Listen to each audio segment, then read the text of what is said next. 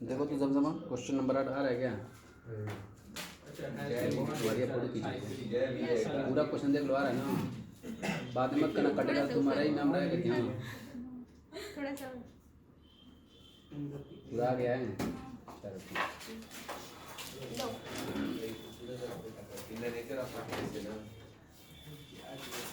अभी देखो किससे लगाना है। अभी तो क्वेश्चन दमदार क्वेश्चन है, पहले उसे समझो। क्वालिटी क्या है क्वेश्चन बना देखे सभी लोग। देखा कि 1 अप्रैल 2021 को जय लिमिटेड का विलय विजय लिमिटेड में हुआ। 31 मार्च सन 2021 को दोनों कंपनियों की स्थिति विवरण निम्न प्रकार हैं। जय लिमिटेड है और विजय लिमिटेड है, ठीक है। अब किसने किसको लिया अभी नहीं पता है, बस ये बताया कि जय लिमिटेड का विलय विजय लिमिटेड में हुआ। जय लिमिटेड का विलय विजय लिमिटेड में हुआ, तो कौन बंद हो रही है, कौन इसमें परचेजर है, कौन ट्रांसफर बंद हो रही है। जय लिमिटेड का विलय विजय में हो गया है, तो विजय विजय हो जय बंद हो गई है। तो इसमें दिया हुआ दोनों की बैलेंस शीट दी हुई है, जय और विजय की। जय लिमिटेड का दिया हुआ है 9,000 शेयर 270 रुपये के हिसाब से है। 40,000 शेयर 150 के हिसाब से विजय लिमिटेड का भी है। रिजर्व एंड सरप्लस में देखो जनरल रिजर्व दिया हुआ है, स्टेटमेंट ऑफ प्रॉफिट लॉस दिया हुआ है दोनों का, ट्रेड पेबल भी दिया हुआ है।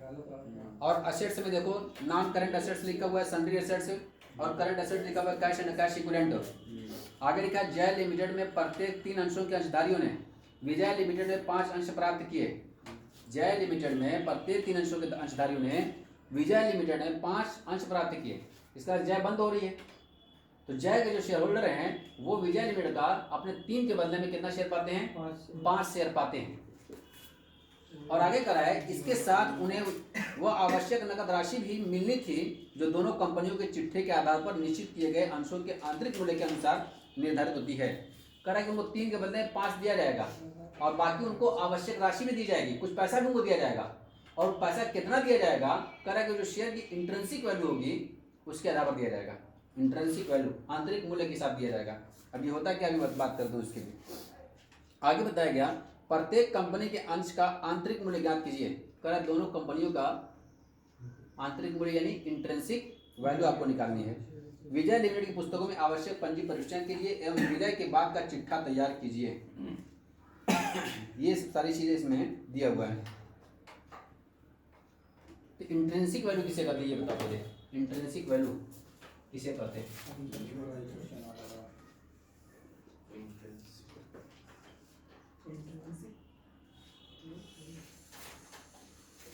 इसको हम लोग बोलते हैं आंतरिक मूल्य। क्या बोलते हैं इसको? आंतरिक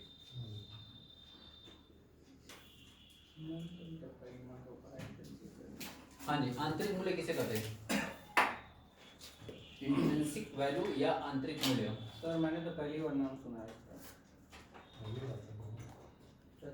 तो बता दें। इंट्रिंसिक वैल्यू देखो ध्यान से, इंट्रिंसिक वैल्यू इसका आंतरिक मूल्य कितना है। हम लोग जो नोट इस्तेमाल करते हैं, नोट 2000 का नोट, तो उसका बाहरी मूल्य कितने का है? 2000, यानी उसको लोग जानते हैं 2000 की लागत, उसकी वैल्यू 2000 की है। 2000 में लोग खरीदते बेचते हैं, लेकिन उसकी इंट्रिंसिक वैल्यू कितनी, इसका मतलब उसमें कुछ काश फास्ट है, उसमें जो 16-17 रुपये लगता है, चांदी मादी जो लगाए हो उससे कितने रुपये की होगी, को मिला के 800 रुपया 9 रुपया उसकी इंट्रिंसिक वैल्यू है, ठीक है। वही जब हम किसी कंपनी का शेयर खरीदने जाते हैं तो ऐसे ही किसी कंपनी का शेयर खरीदने के लिए आप क्या करेंगे? सबसे पहले हमको ये पता करना पड़ेगा कि आज की डेट में उस शेयर को अगर बेचा जाए तो कितने रुपये का बिक सकता है। अगर मैं खरीदने जा रहा हूँ तो हमको देखना पड़ेगा ना कि उसकी वैल्यू इतने रुपया है कि नहीं है, उससे फायदा होगा कि नहीं होगा आगे चल करके। उसको हो सकता है कि फेस वैल्यू 10 रुपया हो, लेकिन आज की डेट की वैल्यू में उसकी वैल्यू कितनी हो, 12 रुपया हो, 14 रुपया। तो 14 रुपये में ले रहा हूँ तो सही है कि नहीं है। अगर मुझे को बेचना हो तो मैं देखूंगा ना उसकी वैल्यू कितनी है आज की डेट में, तो उसको कैसे निकल आता है शेयर की वैल्यू। अगर शेयर की वैल्यू निकालना हो तो एक चैप्टर हम लोग ऐसी में भी है, आगे इसी बार चैप्टर पढ़े।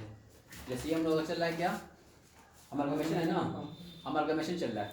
इसके बाद अगला जो चैप्टर हम लोग का आएगा वो आएगा रिकंस्ट्रक्शन, उसके बाद अगला चैप्टर आएगा होल्डिंग कंपनी, उसके बाद अगला चैप्टर आएगा वैल्यूएशन ऑफ शेयर।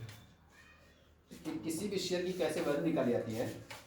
तो उसके भी कई मेथड है, उसमें एक मेथड ये भी इंट्रिंसिक वैल्यू मेथड, यानी किसी भी शेयर को कैसे निकाला जाता है। तो अभी पढ़ चुके हो नेट एसेट्स मेथड, पढ़े ना हो net assets method. Net assets में क्या देखें, total assets minus outside liabilities. तो अगर हमको पता चल गया कि टोटल एसेट्स 5 लाख रुपए की है, land, building, plant, furniture, machinery, और टोटल एसेट्स में क्या है, एक्सक्लूड कर दिया गया था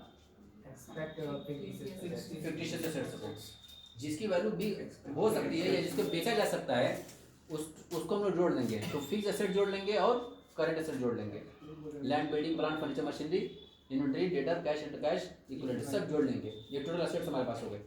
आउटसाइड लायबिलिटीज यानी जिनको देना है, डिबेंचर होल्डर को देना है, क्रेडिटर को देना है, उसको घटा लेंगे। अब बचा जो पैसा वो किनका है, शेयर होल्डर का।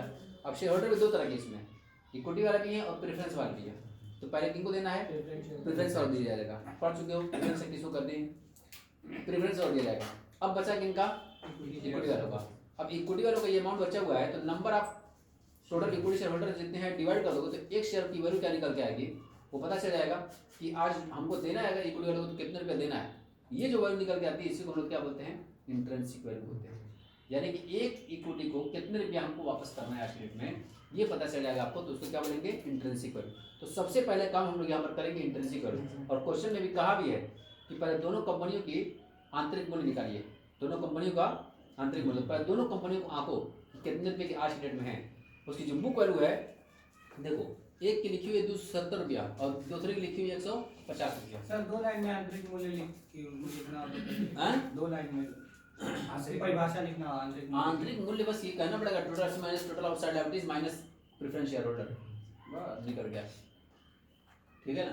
तो इतना कह सकते हो कि सिंपल थी लैंग्वेज में कि जो भी पेमेंट इक्विटी वालों को पेमेंट करना रह गया है उसको डिवाइड कर देंगे number of equity share holder से, इक्विटी शेयर होल्डर से, तो पर शेयर जो वैल्यू निकल के आएगी उसको क्या कहेंगे हम लोग, इंट्रिंसिक वैल्यू बोलेंगे। और वही किया भी गया। अभी मैंने बताया कि total assets minus outside liabilities, अब आउटसाइड लायबिलिटीज घटाने के बाद जो बचा है वो शेयर होल्डर को बचा हुआ है। अब उसमें भी प्रेफरेंस वाला देने के बाद जो बचा इक्विटी वाला बचा है, तो इक्विटी वाला जो देना है डिवाइड कर देंगे नंबर ऑफ इक्विटी से, तो निकल के आपके पास आ जाएगा कि पर शेयर कितना निकल गया था, तो वो क्या कहलाएगी, इंट्रिंसिक वैल्यू कहलाएगी, ठीक है। तो सबसे पहले इंट्रिंसिक वैल्यू निकालते हैं, तो लिखा जाएगा ऊपर कैलकुलेशन ऑफ पीसी नहीं, इंट्रिंसिक वैल्यू। इसकी किसे निकालने है, एक है जय की और विजय, जय लिमिटेड और विजय लिमिटेड, जय लिमिटेड और विजय लिमिटेड। सबसे पहले इसकी टोटल एसेट्स करो, देखो सन्ड्री एसेट्स और कैश एंड कैश इक्विवेलेंट लिखा हुआ है, मैं यहाँ लिखता हूँ सन्ड्री एसेट्स और क्या है, कैश एंड कैश इक्विवेलेंट। इकट्ठा भी लिख सकते हो टोटल एसेट्स, तो कोई ऐसी तो है नहीं कि एक्सेप्ट कर लो, टोटल लिख सकते हैं। यहाँ पर सीधे सीधे कितना 3377 है और 8770 ये ना, लेकिन मैं अलग लिख दिया हूँ तो लिख देता हूँ 33,70,000 के आपके पास है, 33,70,000। ये कितना है विजय की, 87,15,000 और कैश एंड कैश इक्विवेलेंट कितनी है, 7,000, इसकी है 7,000, इसकी 55,000, ठीक है।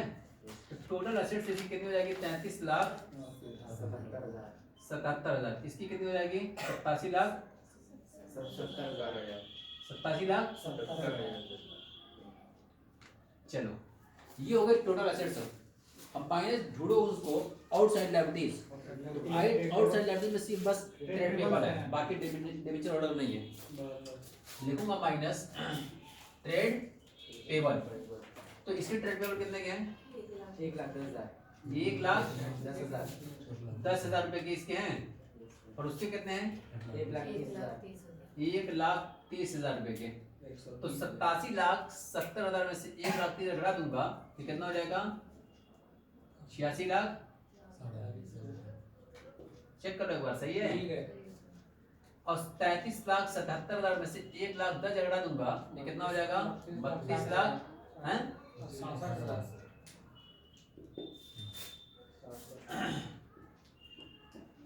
ये नेट एसेट्स निकल गया, total assets minus outside liabilities ये कर दिया गया। अब हमने बताया कि किन को बढ़ाया जाएगा, प्रेफरेंस शेयर कैपिटल, माइनस लिखूंगा यहाँ पर प्रेफरेंस शेयर कैपिटल। पूछा क्या, नहीं है, इसका मतलब ये जो पैसा बचा हुआ है ये 32,67,000 रुपया और इसका बचा है 86,40,000 रुपया। ये टोटल पैसा किनको देना है? इक्विटी वालों को देना है। किनको देना है? इक्विटी वालों को। तो 32,67,000 रुपया हमारे पास available amount for equity, available amount for equity. तो इक्विटी का पर शेयर कितना होगा? तो इसका मतलब ये जाएगा जय लिमिटेड कितने शेयर होल्डर है? देखो जय लिमिटेड के शेयर होल्डर जय के देखना 9,000 share. Number of equity share इसके हैं 9,000 और उसके कितने हैं आपके? 40,000। हाँ इधर देखिए इसका मतलब ये पता चल गया हमारे पास, ये हमारे पास देखो 32,67,000 रुपया हमारे पास अवेलेबल अमाउंट है। कितने शेयर होल्डर देना है? 9,000 शेयर होल्डर को। 9,000 से अगर डिवाइड कर दो तो एक शेयर की वैल्यू कितनी निकल के आएगी वो बताओ।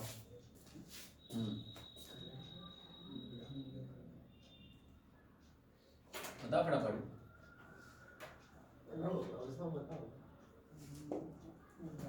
32,67,000 को जानते हो क्या करो? 3 जो ये खत्म कर दोगे इसी बात इतना ही बचा। 32,67 को 9 से डिवाइड कर दो बस हो जाएगा।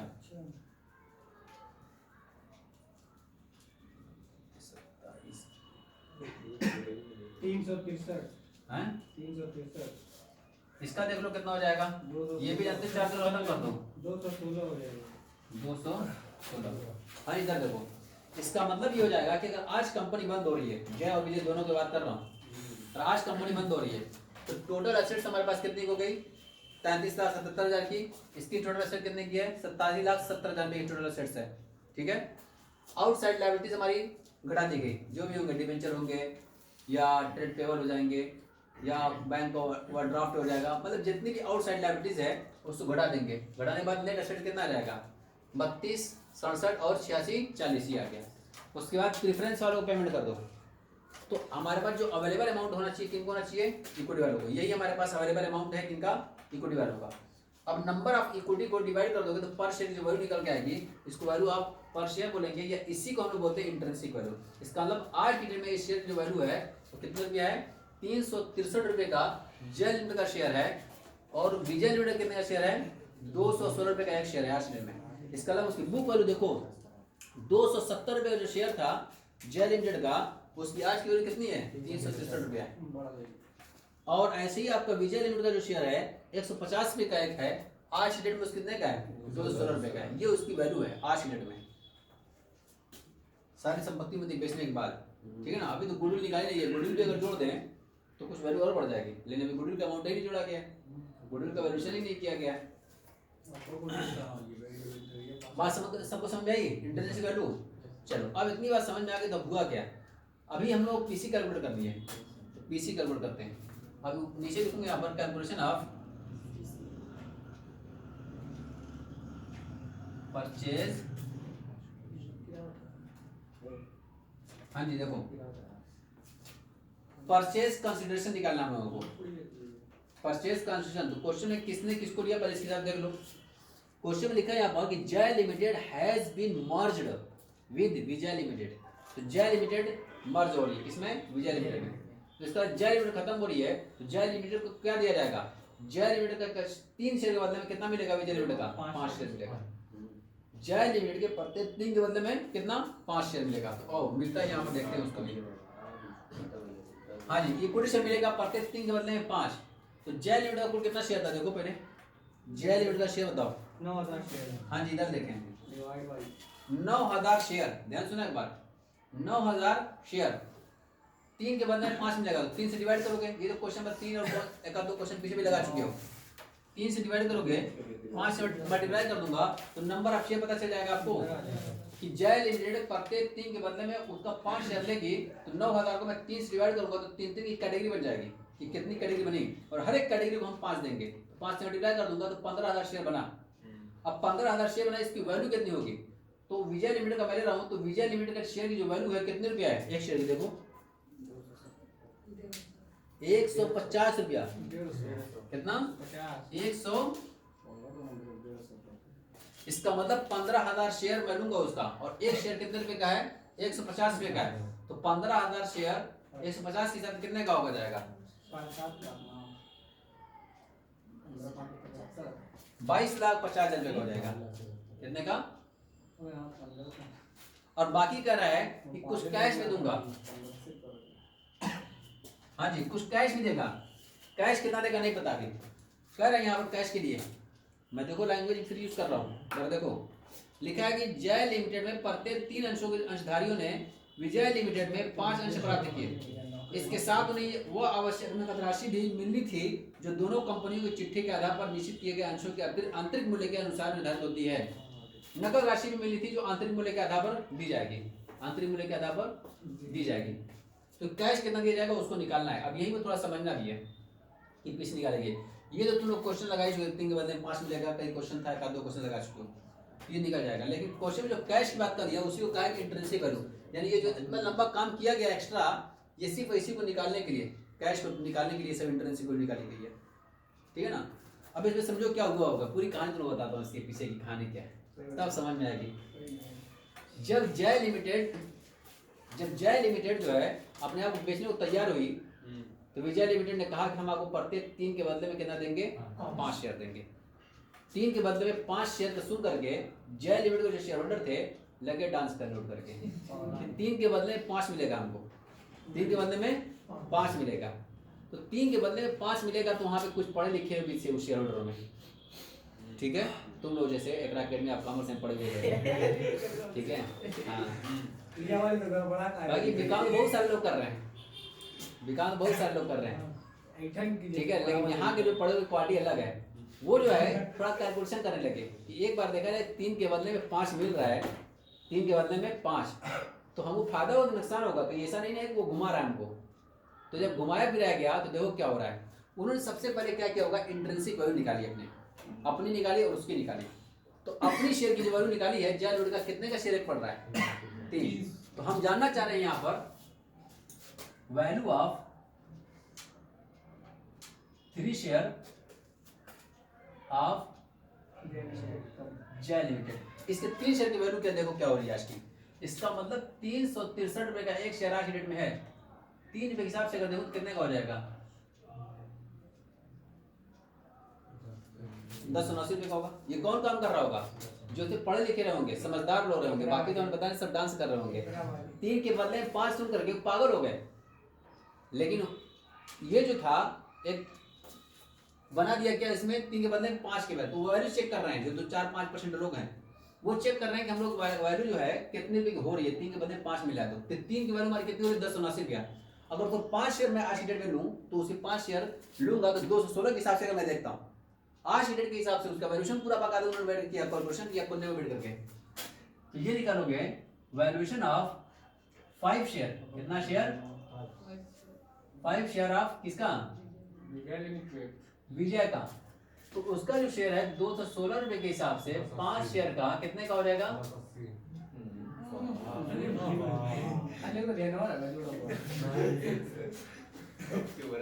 बस ना रही है। इसका मतलब ये समझ में आई कि हमारे 3 का जो शेयर का है वो हो रहा है 1080 रुपया, और 5 शेयर दे रहा है 1080 रुपया हो रहा है। अभी भी हमारा 9 रुपया नुकसान है, और ये सब बड़ी डांस कर रहे हैं।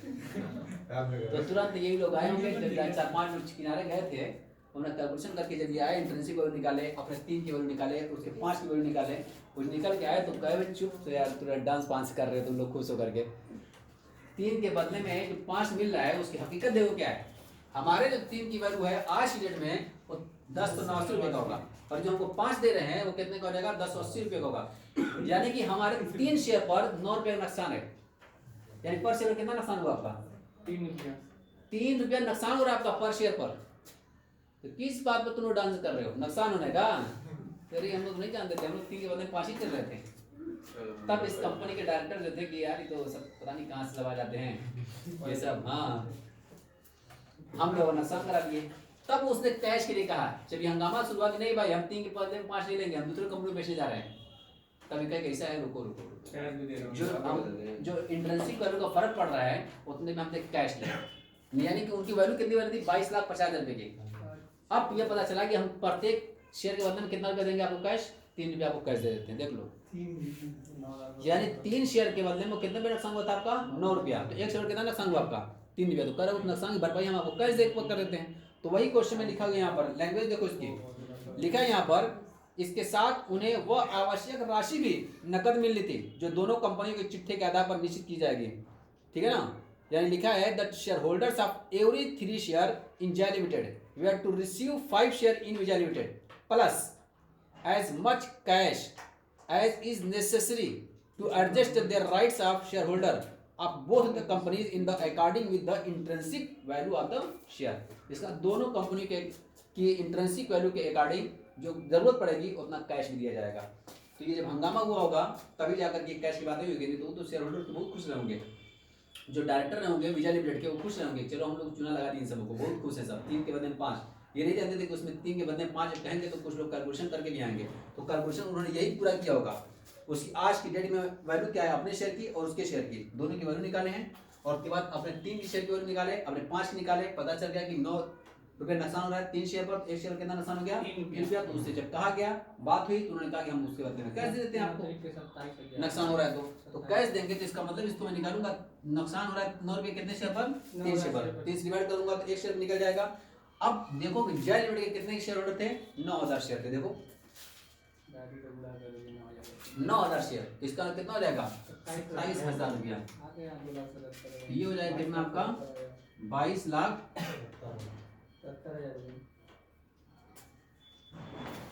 22 लाख और प्लस 27, 22 लाख 50,000 प्लस 27,000 कितना हो जाएगा 22 लाख 77,000, 22 लाख 77,000। ये हो जाएगी हमारी PC, purchase of consideration of Jai limited. Clear सबको है। अब उसके बाद क्वेश्चन नॉर्मल हो गया, इसमें कुछ है भी नहीं, मेन पीसी का खेल है, बाकी तो सब तुम लगा ही लोगे, फिर इसको लगा भी देते हैं जब इतना काम किया गया तो। बाकी तुम लोगों का काम इतना ही है, इसी को मेन समझना है। तो ध्यान देना, जब भी किसी कंपनी का शेयर खरीदो या किसी कंपनी को खरीदो तो सबसे पहले अगर बात करनी होगी पीसी की, और अगर वो लालच दे रहा हो कि हम आपको 3 के बदले में 5 देंगे, 5 के बदले में 8 देंगे, तो पहले तो उसकी देखना वैल्यू कि हमारे 5 और उसकी 8 क्यों दे रहा होगा। भाई ऐसा थोड़ी ना कि तुम लूट लेगा, 2-4 रुपये 5 रुपये का फर्क होगा तो वो बात करना भाई कि हमको इतना कैश दीजिए, हमारा नुकसान हो रहा है। ठीक है, तो उसके लिए क्या करना पड़ेगा, इंट्रिंसिक वैल्यू निकालनी पड़ेगी। और इंट्रिंसिक वैल्यू मतलब क्या हो जाएगा कि एक इक्विटी वालों को 1 शेयर कितने रुपये का हुआ, और वो कैसे निकाला जाएगा भाई, टोटल आउटसाइड लायबिलिटीज घटा दोगे नेट टोटल एसेट्स में से, तो नेट एसेट्स बचा आपके पास, नेट एसेट्स में किनको दे दो, प्रेफरेंस वाला को दे दो, अगर प्रेफरेंस हो तो, नहीं तो कोई बात ही नहीं है। बाकी जो बचेगा किनका बचेगा, इक्विटी वालों का। इसका मतलब available amount for equity divide by number of equity divide कर दोगे तो 1 शेयर की वैल्यू निकल के आएगी, वही क्या कहलाती है इंट्रिंसिक वैल्यू, यानी कि आज डेट में इसकी जो आंतरिक वैल्यू है इसकी यही है। ठीक है, तो दोनों कंपनियों को निकाल के चेक करना, और उसके बाद अपने 3 शेयर की चेक करना और उसके 5 शेयर की चेक करना, पता चल जाएगा कि अभी भी 9 रुपये कम है, 3 शेयर पर 9 रुपये नुकसान हो रहा है, यानी 1 शेयर पर 3 रुपये नुकसान हो रहा है। हमारे पास 9000 शेयर थे, 1 शेयर पर 3 रुपये नुकसान, तो 27,000 रुपये नुकसान था, उनसे बात करेंगे और वो कैश में देने को तैयार नहीं हो गया। ठीक है ना, तो इस तरह से इंट्रिंसिक वैल्यू निकाली जाती है, चेक किया जाता है। नहीं तो ऐसी कंपनियां आएंगी 3 के बदले में 5 और 5 के बदले में 8 दे करके चली जाएंगी, और उसमें आपका नुकसान भी हो सकता है। तो इससे चेक करें। अभी पीछे भी लोग क्वेश्चन लगाए हैं, एक आध क्वेश्चन, लेकिन चूंकि उसमें कैश की बात नहीं आई थी, मैंने इसलिए उसको बताया भी नहीं, कैश का कोई चक्कर ही नहीं था। लेकिन चेक करोगे तो हो सकता है उसमें कोई फर्क आ जाए। लेकिन यहाँ चूंकि स्पेशली बोला था कि कैश भी देंगे, तो ये बात तभी उठी होगी जब 3 के बदले में 5 का होगा, और कैलकुलेशन करके कुछ लोग आए होंगे और बात की होंगी भाई हम लोग का इसके फेवर में नहीं है, हमारा नुकसान हो रहा है, तब जाए कैश की बात हुई होगी। तो क्वेश्चन इसलिए बना दिया कि ऐसी भी सिचुएशन आ सकती है कि उसमें नुकसान हो सकता है, तो उसको कैसे सॉल्व किया जाएगा, ये होगा। चलो ये तो हम लोग का हो गया। अब हम लोग बात करेंगे जर्नल एंट्री की। अब जर्नल एंट्री किसकी बुक में मांगा है, जिसकी बुक में मांगा होगा उसी में करेंगे भी हम लोग। तो कह रहे हैं यहाँ पर कि विजय लिमिटेड की पुस्तकों में आवश्यक पंजी प्रविष्टियां कीजिए और विलय के बाद का चिट्ठा तैयार कीजिए। इन लोगों सब बायर के मार। अच्छा, अब किस नेचर से लगाया जाएगा ये बताओ। ये रहेगा आपका इन द बुक्स ऑफ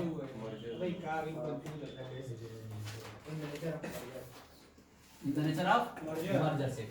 जब मर्जर से लगाओगे तो लिखोगे business merger account debit to liquidator of Jai limited. कितने रुपए की 22,77,000। क्लियर है सबको।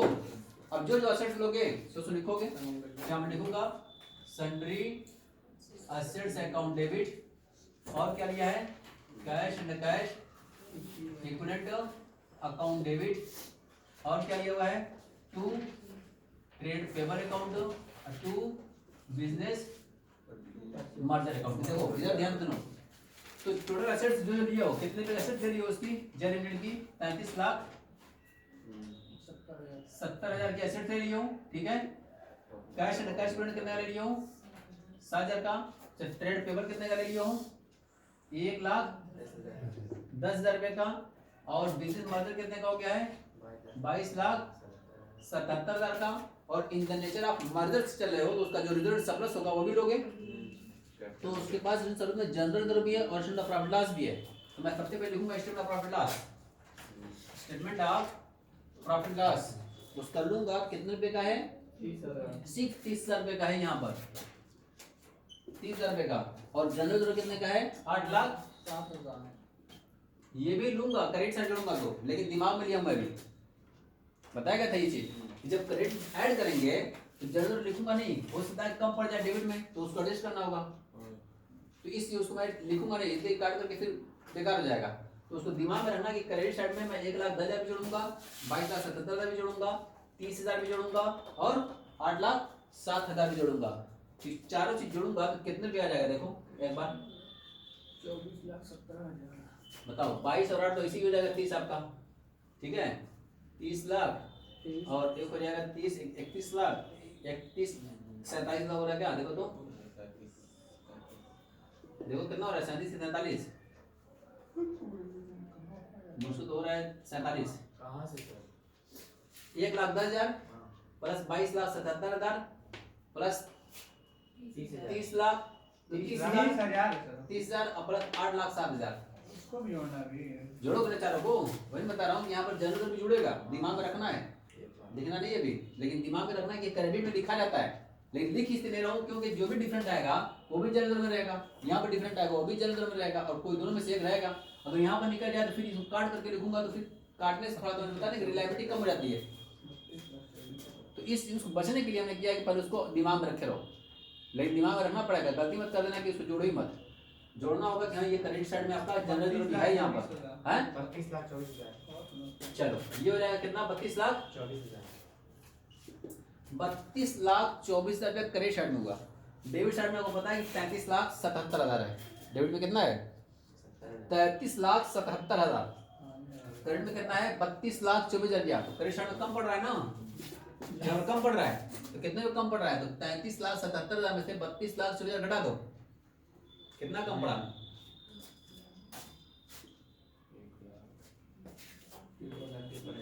हाँ जी 1,53,000 रुपये कम पड़ रहा है यहाँ पर। तो इसका मतलब मैं यहाँ पर लिखूंगा 2 जनरल रिजर्व 8,07,000 था ही, और अभी और कम पड़ा तो 2 जनरल एक और लिखोगे नहीं, उसी में ऐड कर दोगे, तो 8,03,000 प्लस 1,53,000 रुपया। इसका मतलब जो जनरल जो लिखा जाएगा तो 8,07,000 प्लस 1,53,000 कितना हो जाएगा आपका, 9,60,000 ये लिखा जाएगा। इसीलिए उसको लिखा जाता है कि अगर डेबिट में कम पड़ेगा तो यहाँ से उसको क्या कर देंगे, एडजस्ट कर देंगे, सेट ऑफ कर देंगे। बताया गया ये तरीका, ठीक है। तो दोनों में से कोई एक चीज नहीं है, तो डेबिट में भी जनरल लिखते हैं और क्रेडिट में भी जनरल लिखते हैं। कब, इन द नेचर ऑफ मर्जर से लगाते हैं तब। तो इन द नेचर ऑफ मर्जर चल रहा है तो उसका बिजनेस में मर्जर लिखा जाएगा, और बाकी जितना भी उसके पास स्ट्रक्चर रिजर्व होगा वो सब ले जाएगा। स्ट्रक्चर रिजर्व होगा, चाहे जनरल होगा, कैपिटल रिजर्व होगा, सीआरआर होगा, डीआरआर होगा, सब कुछ डालेंगे। मतलब रिजर्व एंड सरप्लस में है तो उसको क्या करेंगे हम लोग, हर आदमी उसको अपने वहां शो करेंगे इन the nature of merger case में। लेकिन इसका तरीका बता दिया हूँ जो डिफरेंट आता है।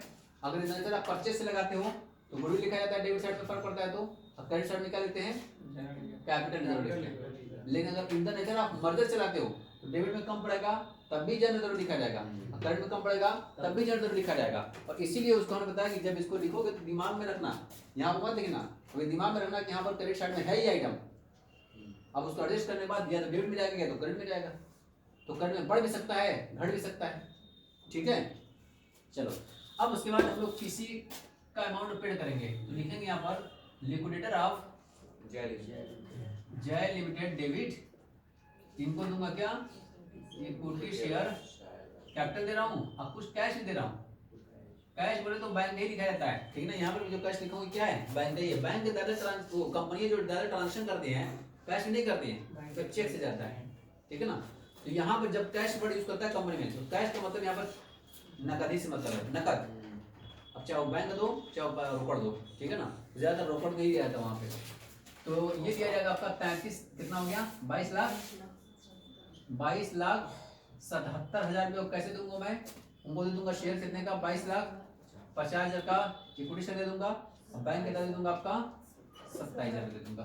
क्लियर सबको है, दे दिया गया। अब डिवेंचर उसका लिया नहीं हो, डिवेंचर कन्वर्ट भी करता, और उसके बाद फिर जो है ये नेचर ऑफ परचेस तो है नहीं तो स्ट्रक्चर भी दिखाते हैं। और उसके बाद फिर आता है लिक्विडेशन एक्सपेंसेस बाय कंपनी का। अगर मैं पेड करता, वेंडर कंपनी का जो वेंडर हो रही है, अगर मैं पेड करता तो मैं भी लिखता अपने वहाँ, तो लिखता क्या, यही general account debit to bank. लेकिन है ही नहीं ऐसा, जब पेड करेंगे तभी, इसे कल गलती करके दिखाया तुम लोग, पेड करेंगे तभी, जब पेड ही नहीं करेंगे तो हम एंट्री पास करेंगे। ठीक है, बस इतनी एंट्री पास हुई है हमारे पास। अब बनाना होगा हम लोग क्या यहाँ पर बैलेंस शीट, तो अब बैलेंस शीट भी खटाखट बना दो उसको। चलो आ जाओ बैलेंस शीट में, एक तरफ से फटाफट।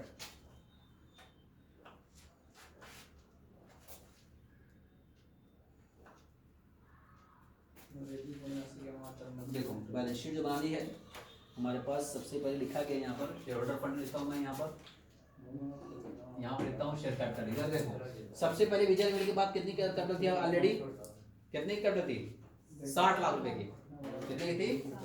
हाँ इधर देखो बातें बंद कर रहा था,